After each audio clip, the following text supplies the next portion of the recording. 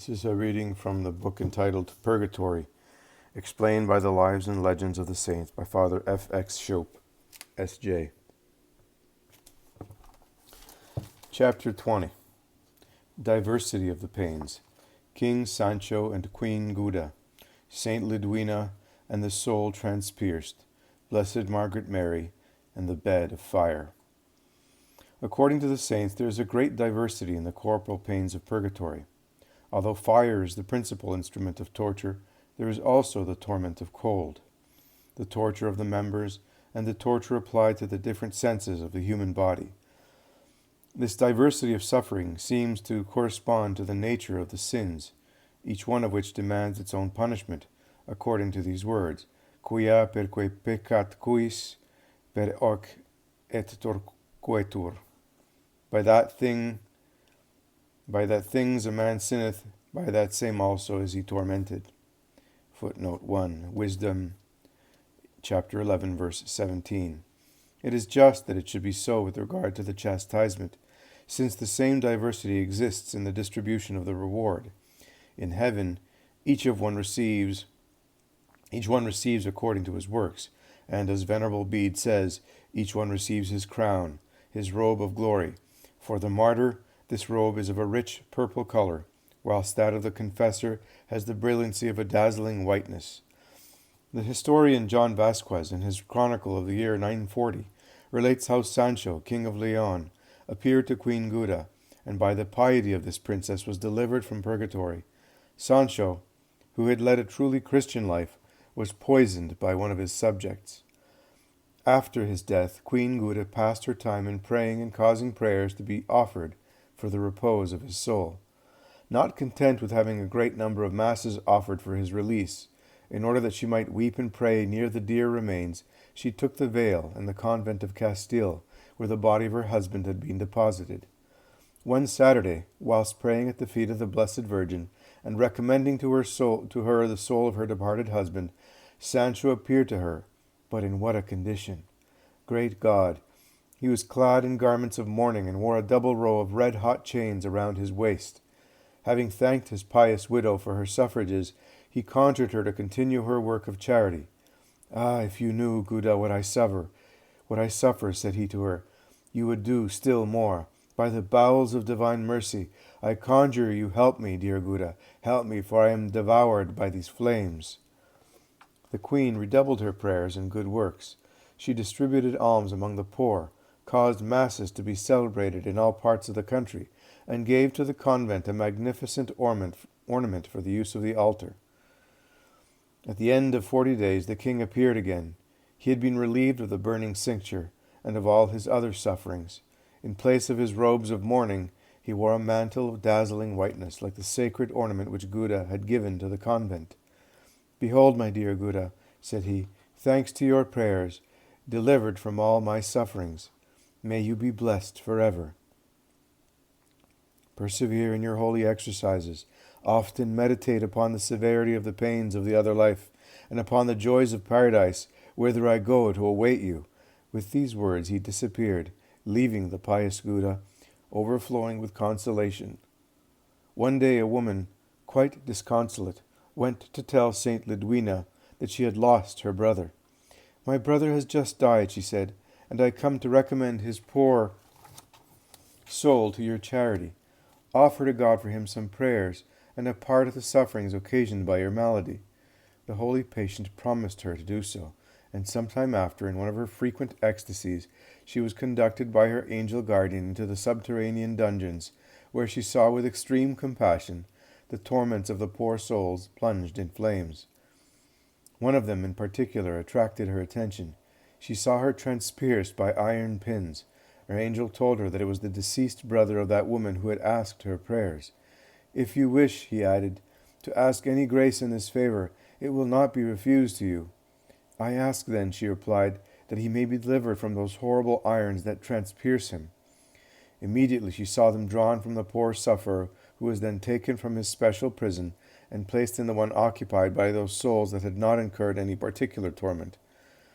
The sister of the deceased returning shortly after to St. Lidwina, the latter made known to her the condition of her brother, and advised her to assist him by multiplying her prayers and alms for the repose of his soul.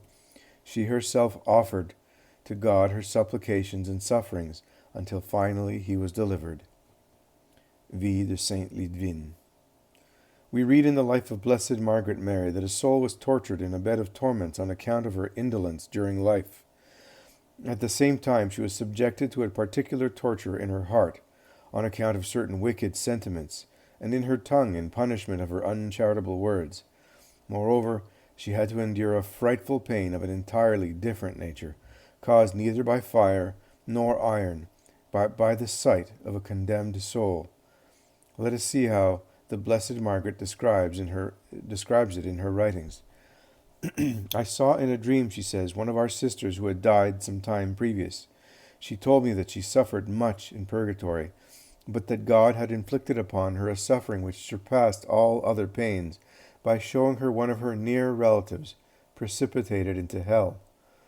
At these words I awoke and felt as though my body was bruised from head to foot, so that it was with difficulty I could move. As we should not believe in dreams, I paid little attention to this one, but the religious obliged me to do so in spite of myself. From that moment she gave me no rest, and said to me incessantly, "Pray to God for me. Offer to him your sufferings, united to those of Jesus Christ, to alleviate mine, and give me all you shall do until the first Friday in May, when you will please communicate for me." This I did, with permission of my superior. Meanwhile, the pain which this suffering soul caused me increased to such a degree that I could find neither comfort nor repose. Obedience obliged me to seek a little rest upon my bed, but scarcely had I retired when she seemed to approach me, saying, "You recline at your ease upon your bed. Look at the one upon which I lie, and where I endure intolerable sufferings." I saw that bed, and the very thought of it makes me shudder. The top and bottom was of sharp, flaming points, which pierced the flesh. She told me then that this was on account of her sloth and negligence in the observance of the rules. "My heart is torn," she continued, and causes me the most terrible suffering for my thoughts of disapproval and criticism of my superiors. My tongue is devoured by vermin, and, as it were, torn from my mouth continually for the words I spoke against charity and my little regard for the rule of silence. Ah, would that all souls consecrated to God could see me in these torments, if I could show them what is prepared for those who live negligently in their vocation. Their zeal and fervor would be entirely renewed, and they would avoid those faults which now cause me to suffer so much." At this sight I melted into tears. "Alas," said she, "one day passed by the whole community in exact observance would heal my parched mouth. Another, passed in the practice of holy charity, would cure my tongue, and a third, passed without any murmuring or disapproval of superiors, would heal my bruised heart. But no one thinks to relieve me." After I had offered the communion which she had asked of me, she said that her dreadful torments were much diminished. But she still had to remain a long time in purgatory, condemned to suffer the pains due to those souls that have been tepid in the service of God. "As for myself," adds Blessed Margaret Mary, "I found that I was freed from my sufferings, which I had been told would not diminish until the soul herself should be relieved." Footnote 1. Langue, Vie de la B. Marguerite.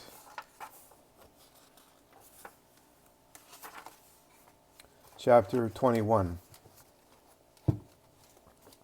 Diversity of the Pains.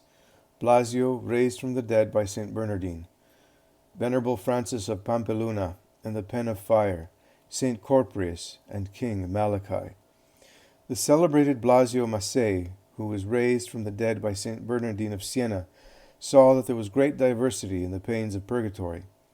The account of this miracle is given at length in the Acta Sanctorum, Appendix, May 20th. A short time after the canonization of St. Bernardine of Siena, there died at Cascia, in the kingdom of Naples, a child aged 11 years, named Blasio Massey. His parents had inspired him with the same devotion which they themselves had towards this new saint, and the latter was not slow to recompense it. The day after his death, when the body was being carried to the grave, Blasio awoke as from a profound slumber, and said that Saint Bernardine had restored him to life in order to relate the wonders which the saint had shown him in the other world. We can easily understand the curiosity which this event produced. For a whole month young Blasio did nothing but talk of what he had seen, and answer the questions put to him by visitors. He spoke with the simplicity of a child, but at the same time with an accuracy of expression and a knowledge of the things of the other life far above his years. At the moment of his death, he said, Saint Bernardine appeared to him, and taking him by the hand, said, Be not afraid, but pay great attention to what I am going to show you, so that you may remember, and afterwards be able to relate it. Now the saint conducted his young protege successively into the regions of hell, purgatory, limbo, and finally allowed him to see heaven. In hell, Blasio saw indescribable horrors, and the divers tortures by which the proud, the avaricious, the impure, and other sinners are tormented.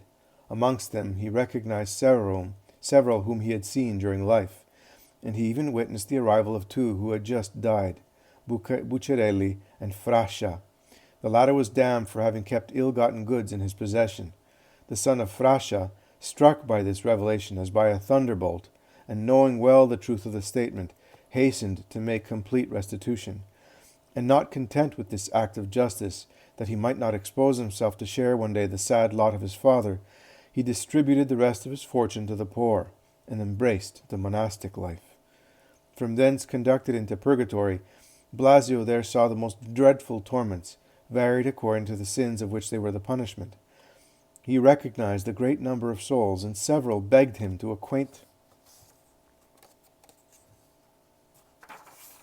their parents and relatives with their suffering condition. They even indicated the suffrages and good works of which they stood in need. When interrogated as to the state of a departed soul, he answered without hesitation, and gave the most precise details. Your father, said he to one of his visitors, has been in purgatory since such a day. He charged you to pay such a sum in alms, and you have neglected to do so. Your brother, he said to another, asked you to have so many masses celebrated. You agreed to do so, and you have not fulfilled your engagement. So many masses remain to be said. Blasio also spoke of heaven, the last place into which he had been taken, but he spoke almost like St. Paul, who, having been ravished to the third heaven, whether with his body or without his body, he knew not, there heard mysterious words which no mortal tongue could repeat. What most attracted the attention of the child was the immense multitude of angels that surrounded the throne of God, and the incomparable beauty of the Blessed Virgin Mary, elevated above all the choirs of angels. The life of Venerable Mother Frances of the Blessed Sacrament, a religious of Pampeluna, footnote 1, La Vie par le Frère Joachim, cf. Merveille 26, presents several facts which show that the pains of purgatory are suited to the faults to be expiated. This venerable servant of God had the most intimate communication with the souls in purgatory, so that they came in great numbers and filled her cell, humbly awaiting each one in turn to be assisted by her prayers. Frequently, the more easily to excite her compassion, they appeared with the instruments of their sins, now become the instruments of their torture. One day she saw a religious, surrounded by costly pieces of furniture, such as pictures, armchairs, etc., all in flames. She had collected these things in her cell, contrary to her vow of religious poverty, and after her death they became her torment. A notary appeared to her one day with all the insignia of his profession. Being heaped around him, the flames which issued therefrom caused him the most intense suffering. I have used this pen, this ink, this paper, said he, to draw up illegal deeds.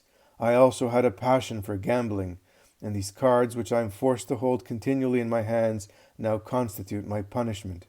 This flaming purse contains my unlawful gains, and causes me to expiate them.